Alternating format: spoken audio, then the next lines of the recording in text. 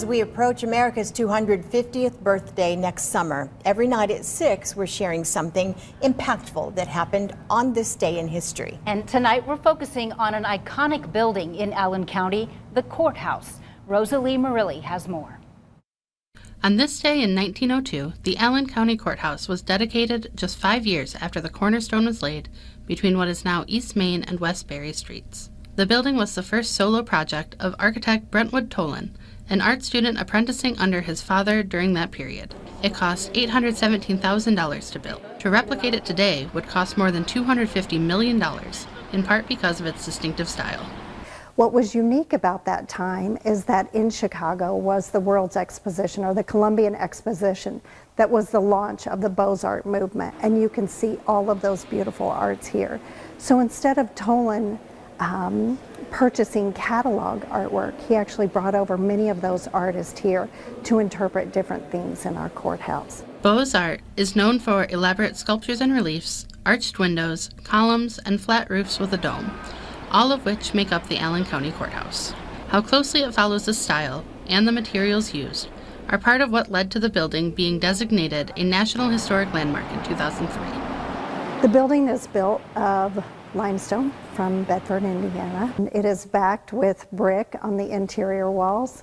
And then all that you see here is scagliola. We have Carrara marble. We have encaustic tile floors, all of which are original on the first, second, and third floors. Robin Zimmerman, the executive director of the Allen County Courthouse Preservation Trust, is one of the people dedicated to acting as a steward of the courthouse's history. So most of what we have in here is irreplaceable. The nonprofit helped save the courthouse at a time when similar buildings were being demolished. So the restoration took place from 1995 to 2002, and the cost was $8.6 million. Most of that money came from individuals' checks of $25 that were contributed to the trust to help pay for the cost of restoration. Since then, thousands have crossed the colorful tile floors and climbed the well-worn marble staircases that are proof of its decades of use, as hundreds of people use the courthouse daily. About 10,000 people also annually visit for tours, class field trips, and special events within the building. It shows our heritage and our culture that is here. I think also the story of our community restoring it to what our forefathers had given to us is important.